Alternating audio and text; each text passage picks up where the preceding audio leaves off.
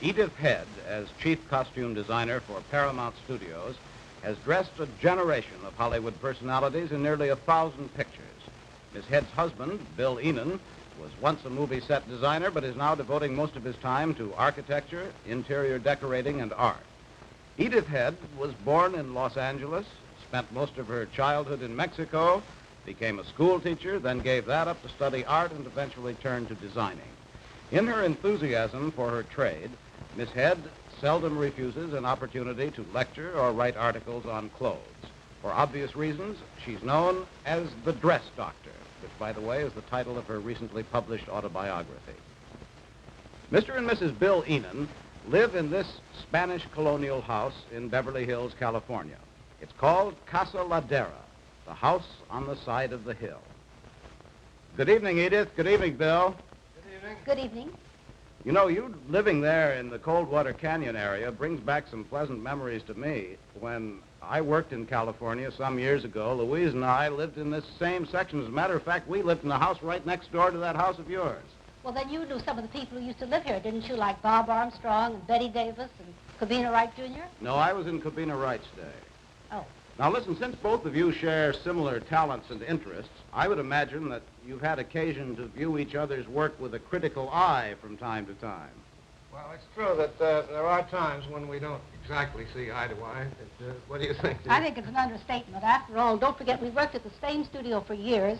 We had different crafts, and each one thought the other was more important. Actually, I think it was working together and fighting together that made us learn to know each other. Well, with your professional backgrounds, I suppose that both of you are constantly being asked advice by friends and acquaintances. Didn't you ever hear about our bet?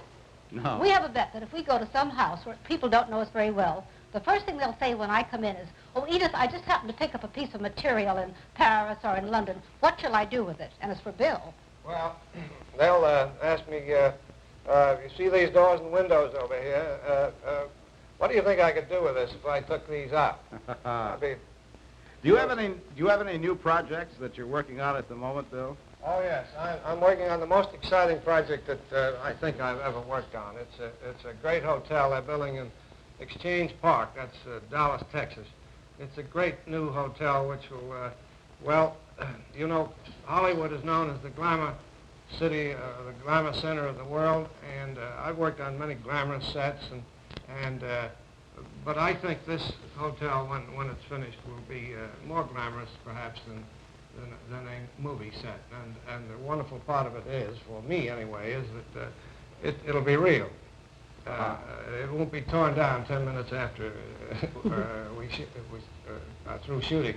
I hope I get it. Speaking of shooting, not to change the subject, I've been observing that formidable-looking field piece that you have aimed in my general direction. What is that? Well, this is not a toy. This is a working model of what was called the Napoleon cannon. It was a great favorite among the artillerymen during the Civil War period. This particular piece was a working model made for the Emperor Maximilian, who intended to have his artillery equipped with this kind of cannon. It's a wonderful piece. I think I should give it back to the museum someday. It's a beauty.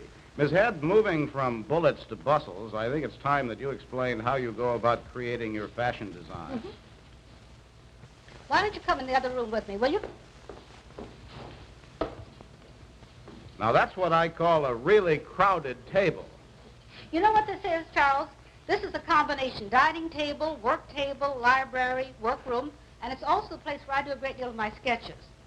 And you know, I was just wondering, you've seen so darn many wonderful kinds of all sorts of objects of art. Have you ever seen miniature sewing machines? I didn't even know that's what it was. This is one of the world's largest collections of miniature sewing machines, and these are really working ones. You know, years ago, women used to take these into houses and make dresses. Oh, I'll be darned. Are those Oscars standing up among them there? Yes, they're Bill's and mine. That's quite a collection. Well, we've been here a long time, you know. How many are there? We have 8 between us, 8 children. Oh, my. You were going to show us how you went about winning those. I wanted to show you, this is very simple, I think even for a man to understand. You start in with a figure like this, see? Yeah. Then over this, which is the basis of all design, you translate each actress into each character you wish. Now, for instance, Here is the great and the very fabulous Mae West. Mae West in the clothes that made her what she was, the famous Diamond Bill. Then another type would be little Debbie Reynolds, who's charming but completely different in type and character from Mae West. And then, you know, sometimes, Charles, we have to tell a story. Now, for instance, let me show you an example. In the picture, it's called But Not For Me, there are two women. Now, Clark Gable can't decide which one to marry. He can't decide whether to marry young, ingenue Carol Baker or whether to marry glamorous Lily Palmer. So I have to help him to decide by the way I dress the girls. Then another chance of actually showing character through clothes is a picture like this. It's a picture called Career. Now, here's the same problem. Here's Carolyn Jones, who's a working woman. She's a career girl, and she's glad of it. Here's Shirley MacLaine, whose only career is in being a woman.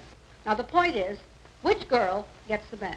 Edith, I think you stacked the cards there with those clothes. I suppose men present an entirely different set of problems, don't they, for a fashion designer? So much easier, Charles. I can't begin to tell you. You see, I think that most women basically distrust other women, and I, being a woman designer, they distrust me.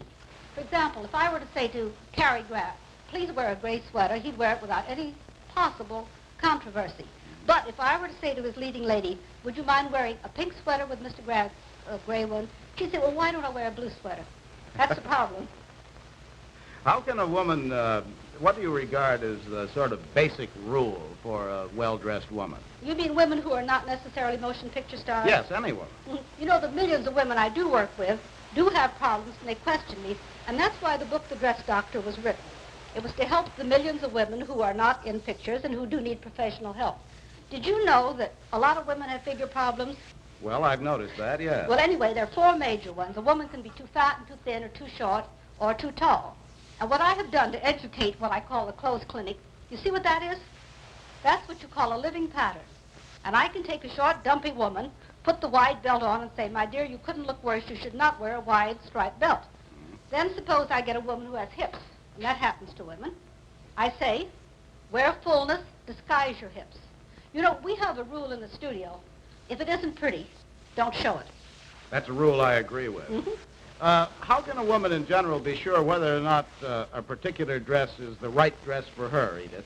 You mean how she can analyze herself? Well, I suppose it comes to that. But did you know that most women can analyze other people? In other words, a woman can say to her next-door neighbor, you look terrible, your skirt's too short. But very few women can actually be honest with themselves. So this is what you do.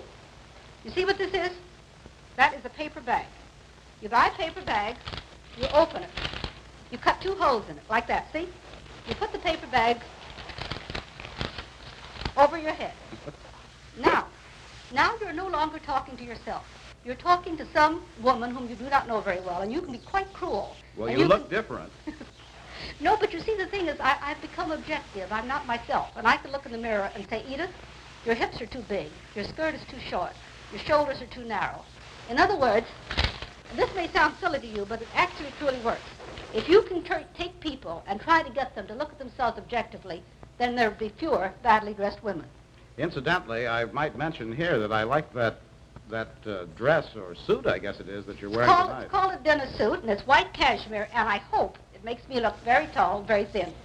Well, it makes you look very pretty, I can say that. That's wonderful. I think maybe we ought to let you go back to being Mrs. Ihnen for a while. His business being such as it is, I've no doubt that Bill did most of the decorating in the house. I wonder if he could show us around. Of course he did. Why don't you come down here with us?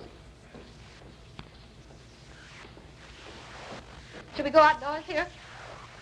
Bill, this is a most substantial-looking house. Yes, it is quite substantial. It's an old California farmhouse, and it's based on the old adobe houses that the Spanish people used to build. Actually, it's two houses. I always say it's an indoor house and an outdoor house. For example, I have an indoor kitchen, but here is my outdoor kitchen. Completely practical. I can cook anything under the sun. I have an outdoor dining room here, and in this outdoor kitchen, as you can see by the different pots, I can cook any size meal that you'd want. And this is our outdoor living room. This, as you see, is right next to the indoor living room. And that interesting furniture came from Portugal. And these pieces here, this table especially, was built out of a tree that we cut down right here on the place. I'll be darned. Yes, and these lamps that you see here, I think they're interesting. They are The Italian farmers put oil in those and hang them under their grape arbors when they dine out at night in the garden. I think they're very pretty. And speaking of being outdoors, this is the outdoor recreation area where we entertain people before we take them outside to cook our outdoor meals. And over here... This is the indoor cantina. You know, once in a while we do have rain here, Mr. Collingwood, and so we use that when the weather's... When it gets misty, huh? Yes. And this is the breezeway. This is the entrance to our home. And... Well, actually, I think, let me explain this because it's about my favorite part of the house. The breezeway is the division in the Mexican adobe between the living quarters and the sleeping quarters. And I want to show you the sleeping quarters because they're a woman's delight. Can you see in there? Oh, yes, you've got a fire burning and everything. You see, it's all white adobe and a corner fireplace, and there's a fireplace in every room in the house. And it's all done in beautiful red and white, and it's so gay. And out there under the trees, which you can't see because it's night, are our outdoor sleeping quarters, which are really hammocks, in which we do sleep in hot weather. Oh, that's a wonderful, livable house. With a home like that, Bill, it must be hard for you to leave and go to work. Well, that's right, it is. However, I'm pretty lucky. I do have a studio on the property, and lots of times I can do my work here, so it isn't quite too bad. Well, it isn't so easy for me. I have to go to Paramount and dress beautiful girls, but sometimes I'd rather stay home in our own lovely house. Edith, when was the last time you went out to a store to buy a new dress? I wouldn't dream of buying a dress. You know, I make all my own clothes, Charles. I'm my own guinea pig. Well, you're the girl who can do it. Bill, I guess you must be one of the very few men in the world who's never heard his wife cry out in anguish, "I haven't got a thing to wear." Well, you're right about that. That's right. Well, it's been wonderful seeing you. It's a beautiful house. It makes me feel homesick, as I told you. Thank you for letting us come and visit you tonight. Will you come back again? Indeed, I shall. Please, Bill. Good night, Edith. Good night, night. Bill. Good night.